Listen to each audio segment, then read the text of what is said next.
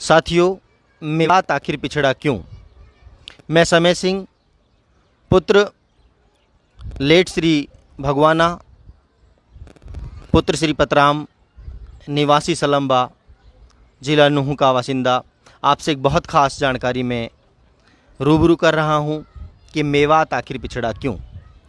साथियों, दिल्ली से हम सिर्फ 70 किलोमीटर दूर हैं और अभी मार्च 2018 में भारत के नीति आयोग के माध्यम से 101 जिलों की एक लिस्ट बनाई गई, सर्वे किया गया और उस लिस्ट में घोषित किया गया कि हरियाणा का जो ज़िला नूंह है, इलाका मेवात है, वो भारत का सबसे पिछड़ा हुआ ज़िला है। तो किसी भी पत्रकार ने, किसी भी इलेक्ट्रॉनिक मीडिया ने, किसी भी प्रिंट मीडिया ने इस बात को प्रायोरिटी के साथ नहीं उठाया कि मेवात आखिर पिछड़ा क्यों। लेकिन अब पिछले 1 जून से आप लोग लगातार देख रहे होंगे कि कुछ मीडिया के चैनल और कुछ सामाजिक संगठन मेवात को लगातार बदनाम करने का एक जिम्मा ले रखा है, ठेका ले रखा है।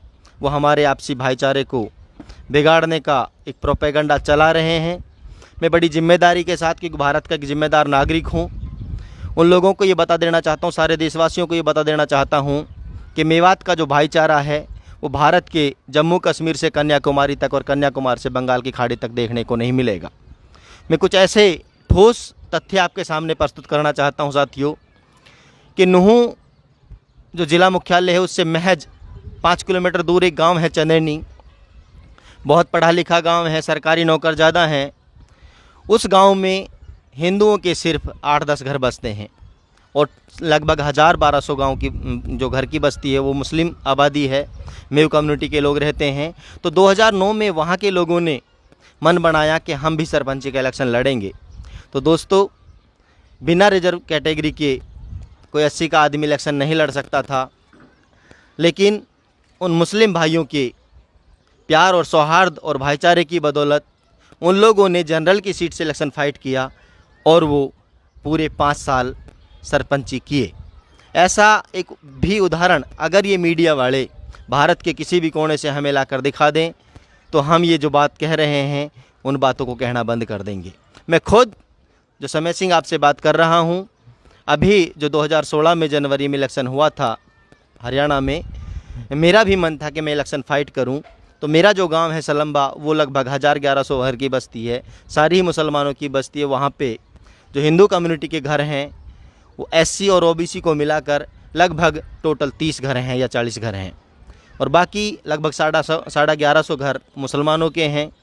और जो दूसरा गांव है वो सालेडी है, वहाँ पे लगभग जो गैर मुस्लिम है वो 3-4 घर होंगे।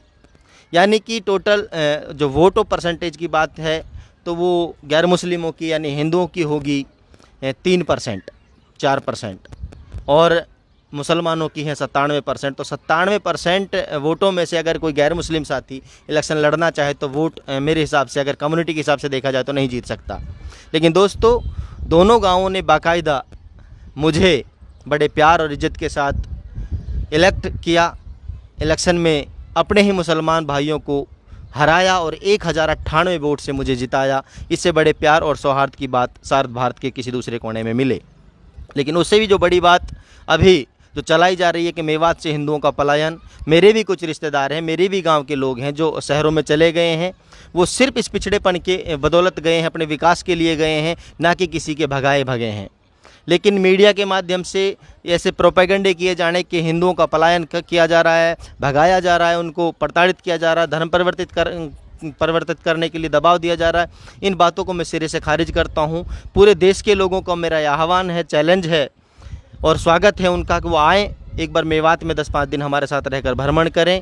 हमारी द्वारा कही गई बात एक एक आपको सत्य मिलेगी।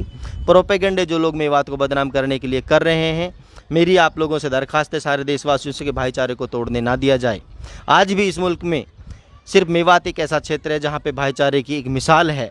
मिसाल क्या है कि अगर किसी समय सिंह की लड़की की शादी है, किसी रघुवीर की लड़की की शादी है, तो रमज़ान चौधरी ये सोचेगा कि मेरे घर से डोली उठनी चाहिए, दीन मोहम्मद ये सोचेगा कि डोली मेरे घर से उठनी चाहिए क्योंकि मेरी बेटी है। बेटियों के लिए जितना सुरक्षित स्थान, अभी एक बहुत ख़ास बात मैं आपको बता रहा हूँ क्योंकि अभी 1 जून को एक रिपोर्ट पब्लिश किया गया है। उस रिपोर्ट में दिखाया गया कि मेवात बना दलितों के लिए कब्रिस्तान। तो प्यारे भारत के देशवासियों, हरियाणा वासियों, मैं आपको बता देना चाहता हूं दोस्तों कि मेवात दलितों के लिए कब्रिस्तान नहीं है, मेवात तो दलितों के लिए सुरक्षा स्थान है। आपसी झगड़े देश के किस क्षेत्र में नहीं होते हैं, लेकिन किसी दो परिवारों के आपसी झगड़े को अगर हिंदू वर्सेस मुसलमान का कॉन्सेप्ट खड़ा करके दिखाया जाए तो मैं इसकी कड़े शब्दों में निंदा करता हूं। और मैं सभी देशवासियों से अपील करता हूं कि इनके प्रोपेगेंडों को ख़त्म किया जाए, विकास के लिए बात की जाए। आखिर मेवात पिछड़ा क्यों? मेवात अगर पिछड़ा है तो वो सरकारों की बदनीयती की कारण पिछड़ा है। इसमें विकास के लिए मैं अपील करता हूं कि अगर सरकार को इतनी ही मेवात की जिम्मेदारी की, मेवात की पिछड़ेपन की या मेवात से हमदर्दी है तो यहाँ पे एक यूनिवर्सिटी खोल के दिखाए। आज़ादी मतलब 1947 से आज तक देश के इतने राजधानी के इतने करीब होने के बाद हम लोगों को यूनिवर्सिटी नहीं मिली। इस बात पे सबको सोचना होगा, क्योंकि मेरी बात ज़्यादा बड़ी हो जाएगी। मैं बहुत सारी बातें आप लोगों से करना चाहता था, लेकिन समय की किल्लत की वजह से नहीं कर पा रहा हूँ। आप लोग मेवात को बदनाम करने की जो ये साजिश है इसको नाकाम करें और भाईचारे को बनाए रखें। जय मेवात, जय मेवाती। बहुत बहुत शुक्रिया, बहुत बहुत आभार।